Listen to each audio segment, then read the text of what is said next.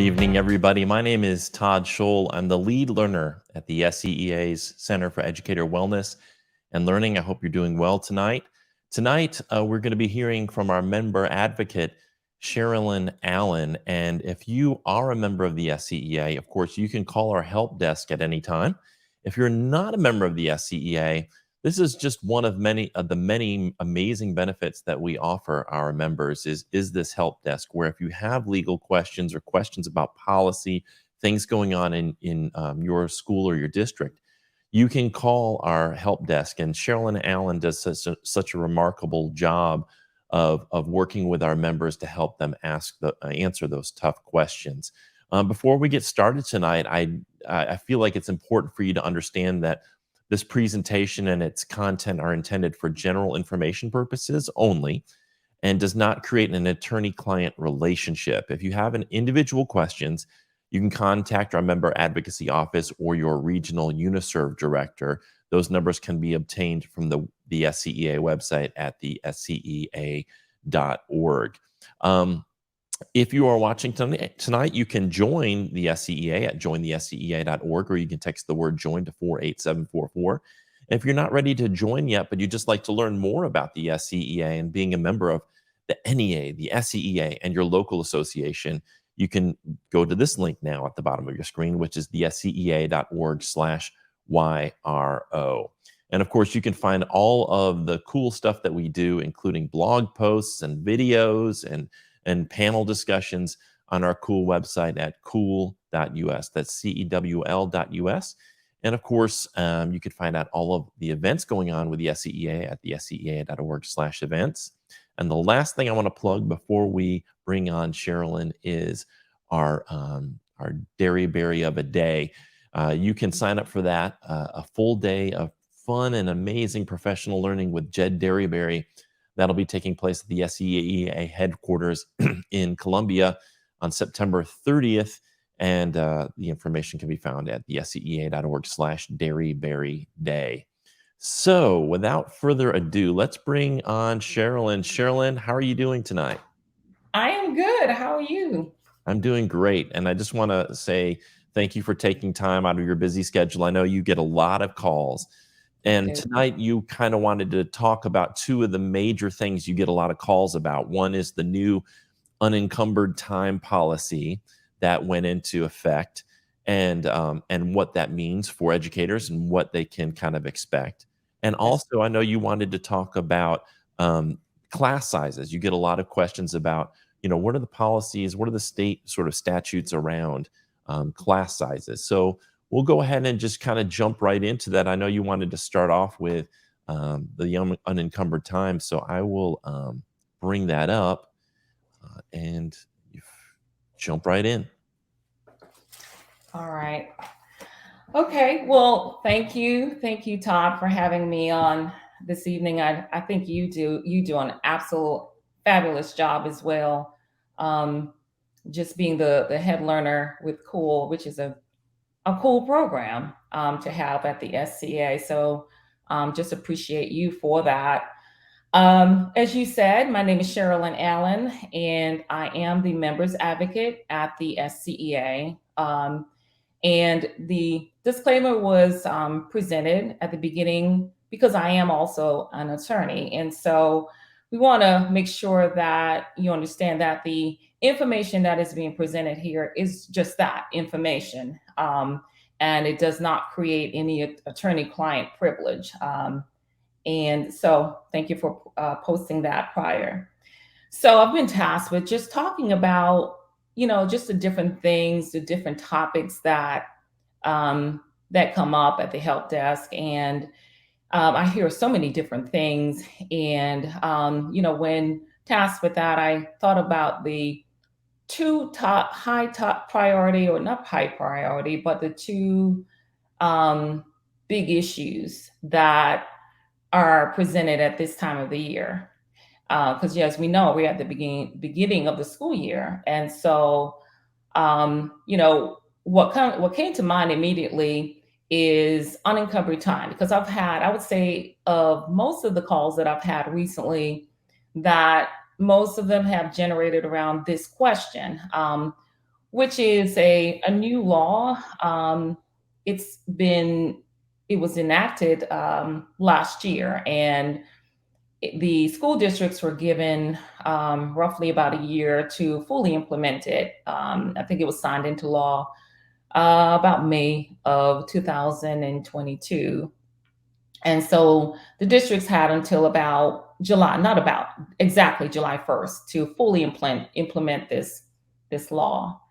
And so I've had some questions about it, but I would say within the last few weeks, since the beginning of the school year, I've had quite a number of questions about it. So I said, well, this might be something to discuss tonight. And so I'm going to try to go through it, and of course, won't be able to fully answer every question that there is. And as you said, there, at the help desk, and you can get that telephone number from the website if you are a member. And if you're not, we welcome you. Okay, so just diving into it. All right, so it is the law is section 59-563, which is the South Carolina Code. And so I'm going to go through the what, who, where, and those questions, the W questions. What is it? Unencumbered time. It is basically saying that an educator should be allowed to have 30 minutes of unencumbered time, and it is as it says. That means that there should be no direction, no instruction, no direct demand from your supervisor, the principal, during those 30 minutes. And it should be sometime within the school day. And it's that the time is not exactly is not stated when that time should be, for the obvious reason that there are different things that happen throughout the school day and different schedules. And so it would have to be something that is within the times of the school, the teachers, and whatever your schedules, the individual schedules are. Okay, so I've had some questions, just trying to, think through the questions that I've had. Can those 50 minutes be split into two or three? 30 minutes is not a very long time. So can you split it into two 15 minutes? The answer is generally no, you can't. It's 30 minutes. And so it would be 30 minutes whenever it's decided. And that means no cafeteria duty. You're not asked to be responsible for students coming into your classroom and sitting and having to answer questions of students. It is just your time to basically do what you think you need to do, even if it is just time for you just to take some time out. Okay, so the next W question is who? Who does this apply to?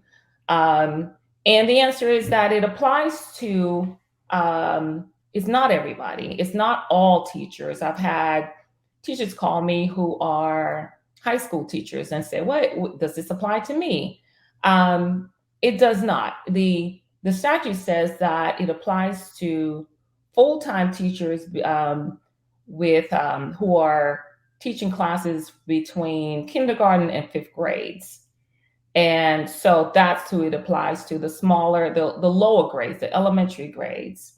I have to point out that it's just not, in regards to high school and middle schools, there are some teachers that gets the benefit of this law. It's also for teachers who teach special ed students for more than 20% of the day. So that's the who. It's those individuals, those educators. So as I said, it does not apply to everybody. It would be nice if it did, but it does not. Okay, so having to implement, this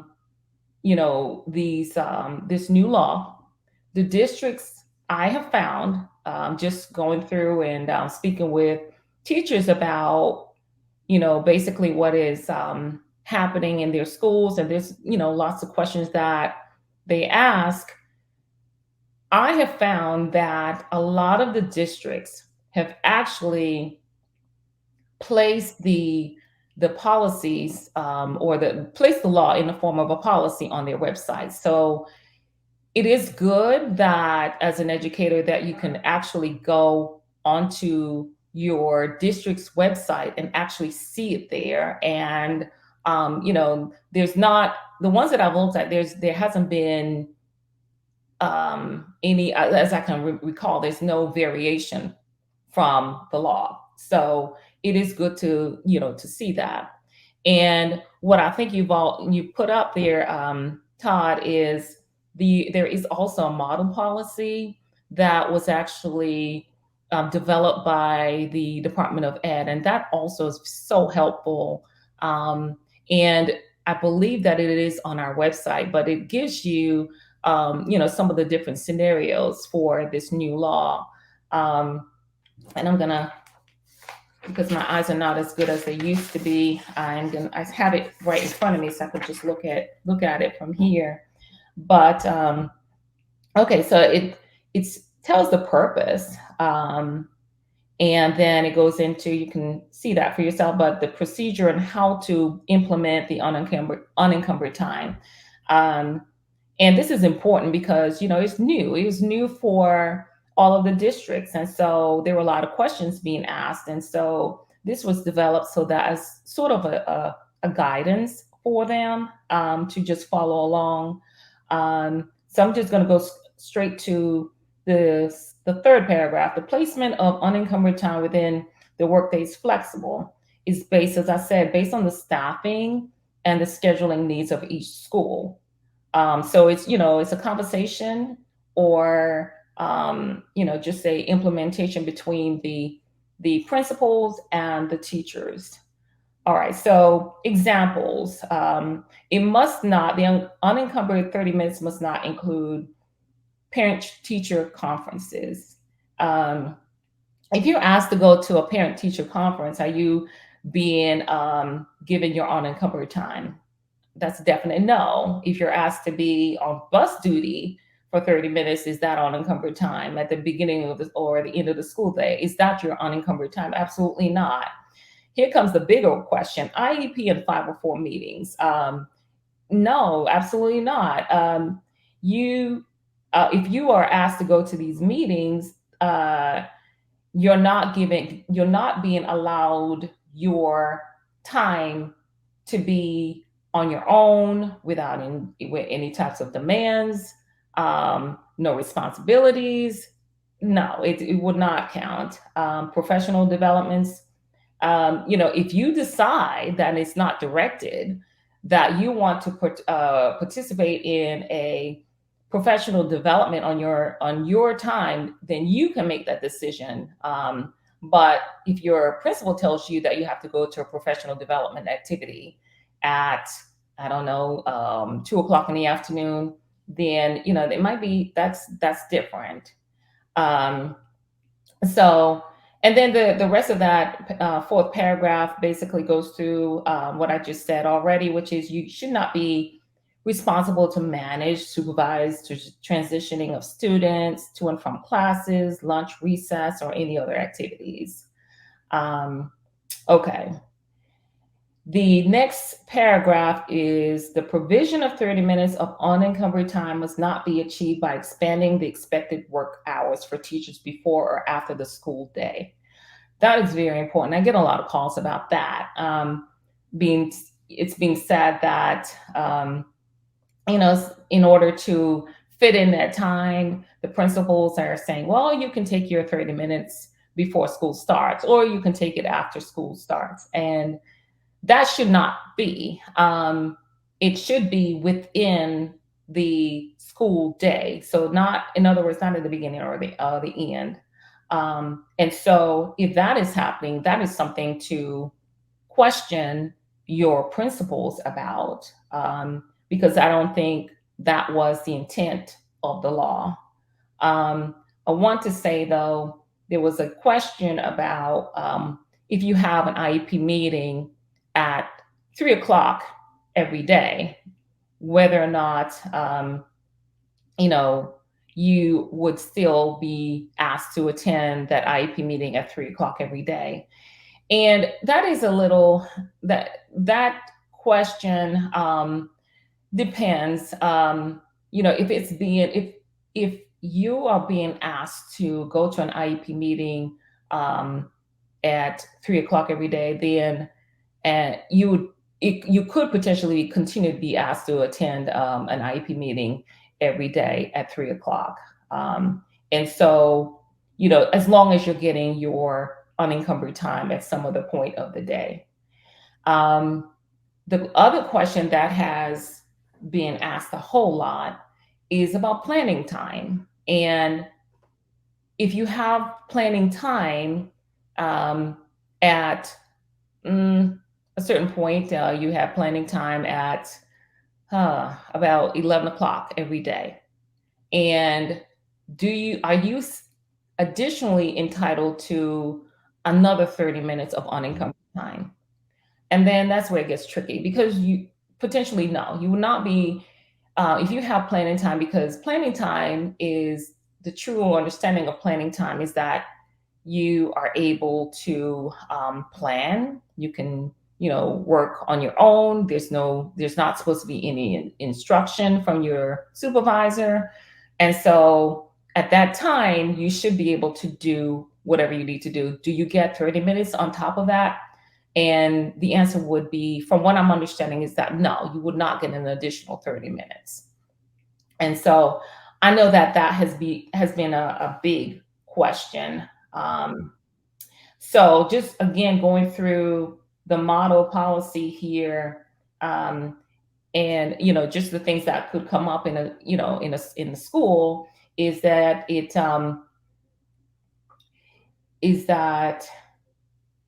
can be reduced due to the amount of time that you would have for unencumbered time. What could be reduced if there is an emergency situation at the school.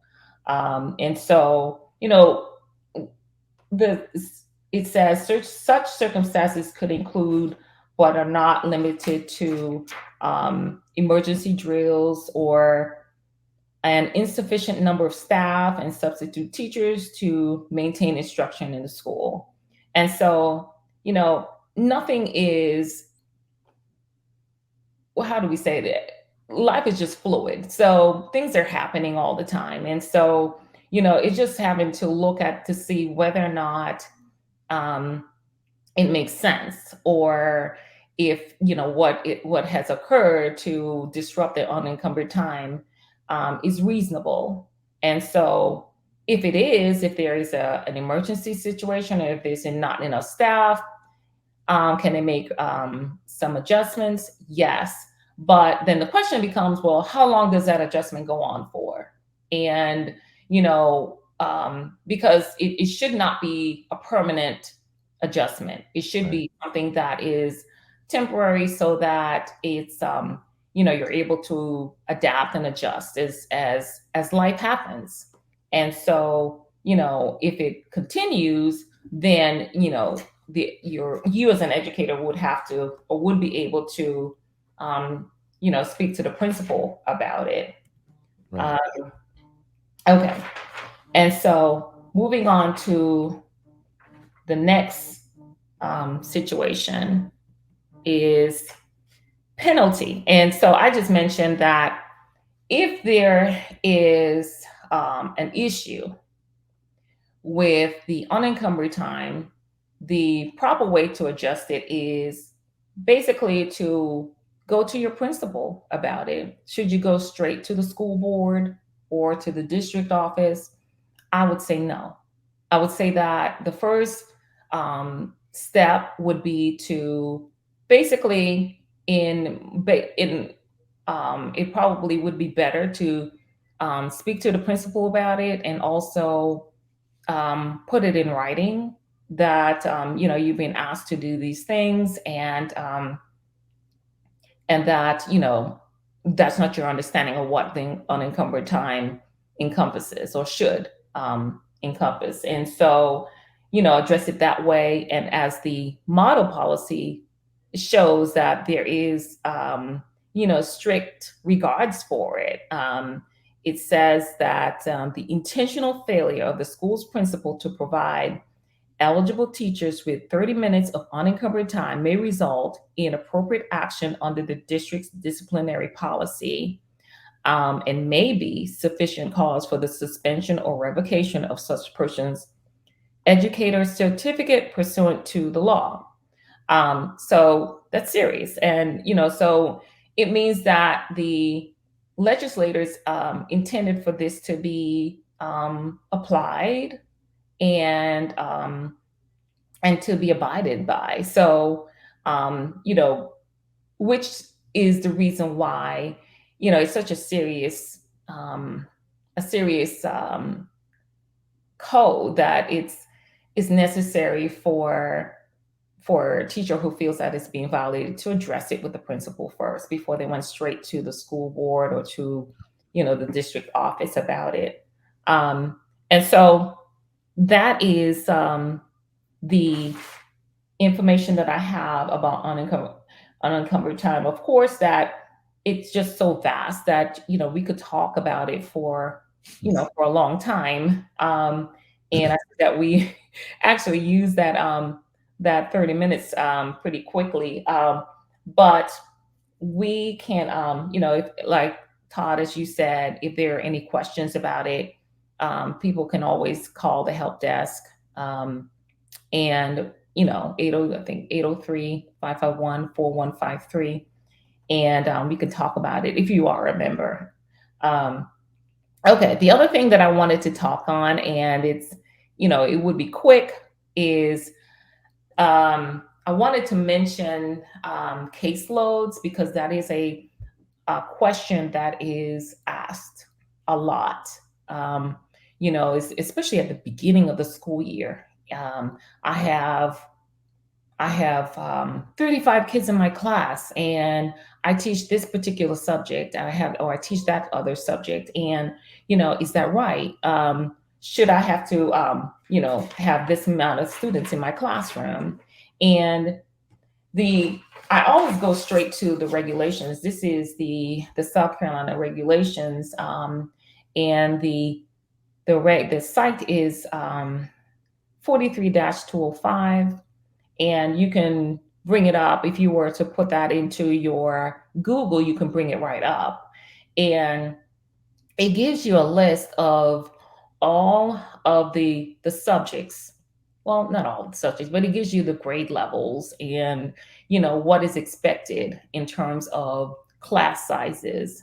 And as you will see, the lower the grade is, the lower the number, but as it moves up to the higher grades, then it increases the number, the per student to teacher ratio goes up. And so I wanted to just put this into the discussion tonight, that this is something that you can actually just bring up on your phone or your computers.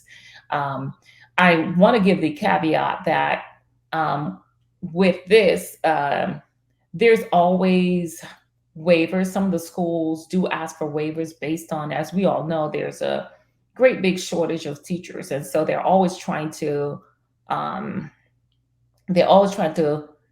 people to, to teach the classes. And so a couple of things is that, some of the school districts ask for waivers when they have a lot of students, and the waivers come from the Department of Ed. And so some schools do have waivers to bypass these. And I know that the Department of Ed, I know I've had conversations with some of the attorneys there that say that they try not to follow these too much anymore, but it is still a regulation. And it's a regulation, and it serves as a guideline. I was a teacher many moons ago, and I know what it's like to have lots of kids in your classroom and not, don't have, just not having support and all of that. So it is overwhelming. It does reduce the ability to really instruct when you have an overwhelming amount of students in your classroom. So as you have up, Todd, it's, it says grade level, and I don't have these memorized, but because I always go to them, they're there. So pre-K to kindergarten, 20 students to one teacher. K to 3, it goes up to 30 to 1. Grades 4 to 5, with the specialties of English, arts, and math, 30 to 1. And I guess because English and math are so important. And then grades 4 to 5 with all the other subjects, 35 to 1. And just scrolling down, if you're able to do that, Todd, just moving towards, okay. And so you have the different ratios rather, for a ratio for students with disabilities for those types of classrooms, because as we know, it's harder when you're dealing with our kiddos with special needs, and so the amount goes down drastically. Mental disabilities 15 to 1, emotional disabilities 12 to 1, learning disabilities 15 to 1, and visually impaired and deaf and hard of hearing is 10 to 1. And then as you scroll down a little bit more, then you have the cross categorical self-contained classes, and those are the combinations of mental disabilities, learning disabilities, 15 to 1, the cross of mental disabilities, learning, and emotional, 12 to 1. And then you have basically everything included, all the students included into one is 12 to 1. And so just scrolling down more, it's the way that the regulations are partitioned is that it tells you based on the grades. And so moving to middle school, grade 6, English, language arts, and math, 30 to 1. 6th grade, all the other subjects, 35 to 1. And grade 7 to 8, 35 to 1. And so it has the same thing for, just as it does from elementary school, it has also the analysis for special ed. And so it's all there under 43-205. And then just skipping down to high school, if you can go there, Todd. Okay. Well, we can also, right here, it points out that for the teachers, school counselors, and library media specialists must be certified. Okay. I think that's a different section. That's another topic for another day. Okay, so all right, so here we go. For high school, it does not, for the high school's section, it does not specify it as it does for the lower grades. What it does say is, or states, is that the maximum daily teaching load for teachers in those high school classes is 150 students, and that no class should exceed 35 students in enrollment. It also specifies that 1,500 minutes per week must be permitted to teach. And when, calculate, I always go down to hours per day instead of minutes. And roughly that comes out to be about six hours per day. So I know I get a lot of questions about that as well. How many hours am I supposed to be teaching in the day? And it's about 6 hours a day instruction. Of course, you can have additional time doing other things, but instruction should be no more than 6 hours per day. And so that is basically the time that is, or the caseload that is separated or partitioned in the regulations.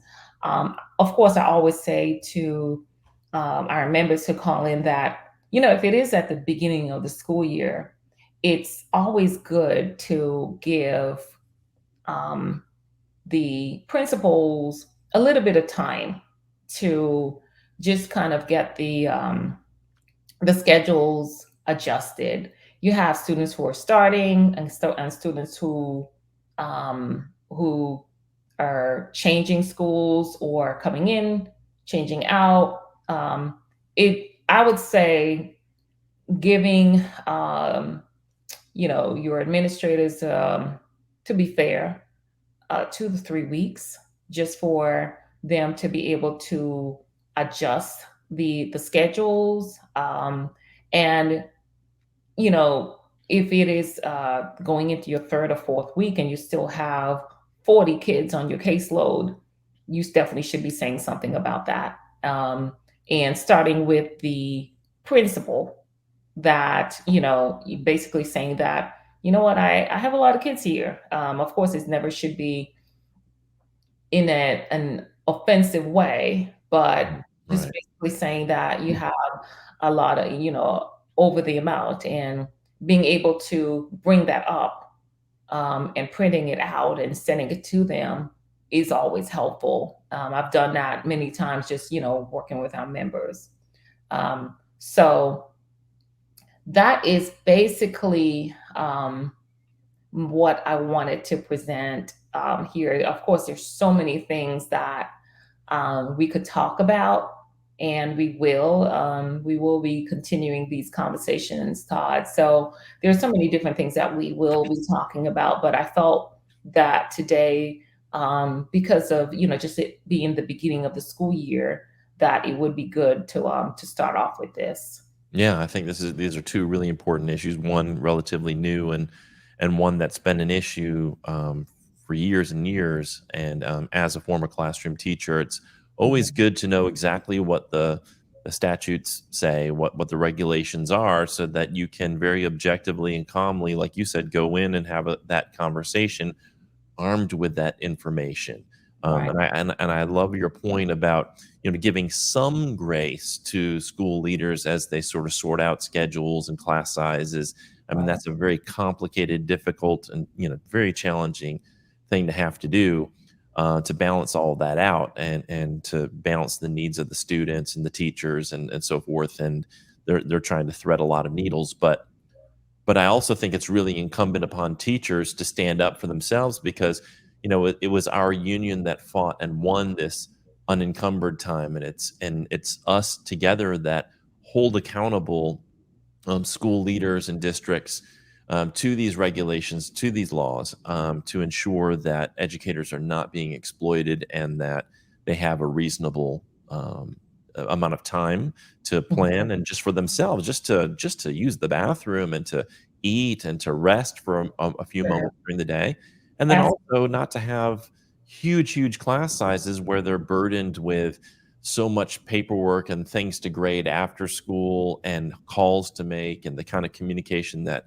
is really necessary nowadays, and especially in those special education classrooms where there's so much paperwork, and the IEPs and the meetings and so forth. It's really important that our educators know what the policy is, know what the regulations are, Right, and then can come together. And also, the other thing I would say is it's important um, to not do this in isolation, and that's why we've really been working hard to build collective voice, because if you can organize at your school building and at your district level, then it's not just you going into the principal. It's this sense of solidarity, that even if your neighbor teacher is overwhelmed with large class sizes, or isn't getting the proper amount of unencumbered time, that you mhm, would stand up for that educator, not just force them to deal with this in isolation. That there's a unity among and solidarity among educators, that we work together to ensure that all of the rights of our great educators are being respected. absolutely, absolutely. So thank you so much, Sherilyn, and the service that you provide to our members is so invaluable. And I just want to have you just give out that help desk number one more time before we sign off. Sure. I actually, there is an 800 number as well, but it's 803-551-4153 is actually the direct number to me. And there is an 800 number, which I don't have on me. But it's on Um, the website but probably. it is on the website, Yeah, yes. and just as a reminder, that is only for members of the SCEA. Right. So if you want access to that kind of assistance, that is, again, one of the many benefits of membership is having access to Cherolyn and to our help desk to get these questions answered. And we would encourage you to do that. You can look at the bottom of your screen and join us today at jointhescea.org or texting the word join to 48744. Any final thoughts, Cherolyn?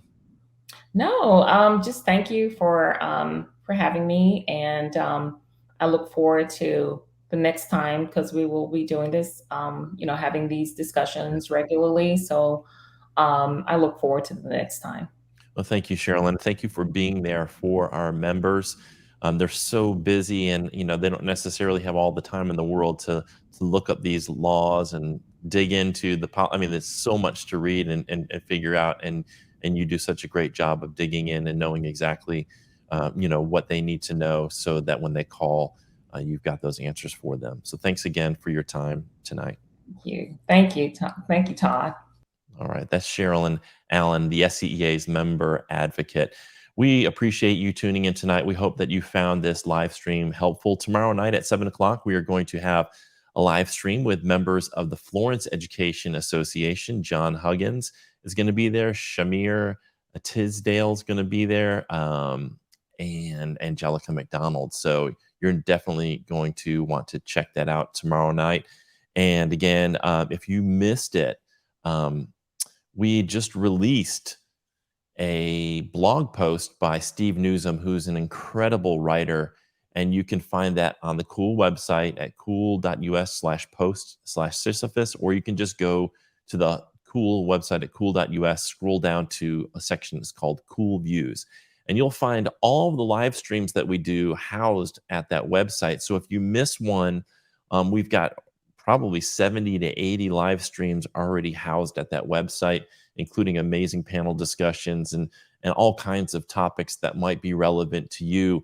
We try to talk about politics and educational philosophy and wellness and technology. And we have just a whole host of conversations around really building the kind of culture that educators deserve in this state. And we love leading those discussions and having our members lead and amplifying their voices. So, because we think educators deserve to be heard and their voices matter, and they need a seat, not only a seat at the table, but they need to be listened to and respected and honored because they have so much wisdom to share and expertise. And we appreciate all of our members doing that. So we invite you to visit the Cool website. Final thing, I just want to remind everybody about a couple of upcoming live streams. We're going to be taking a tour of the SCEA website with Heaven Hale and Colleen O'Connell on September 6th at 7 o'clock. We're going to be doing a live stream with Cassie Owens-Moore and Michelle Spires, two school librarians here in South Carolina, about the book bannings that have unfortunately been taking place. On September 19th, the amazing Veronica Primus will join us for a conversation around circle teaching and the importance of rest. And of course, this is a huge event that we're having on September 30th from 10 a.m. to 4 p.m. at our headquarters in Columbia. You can go to the scea.org/Dairyberry Day, and you can sign up for that event. So thank you for tuning in tonight. We will see you tomorrow night as we talk with some folks from Florence. We hope you have a wonderful evening.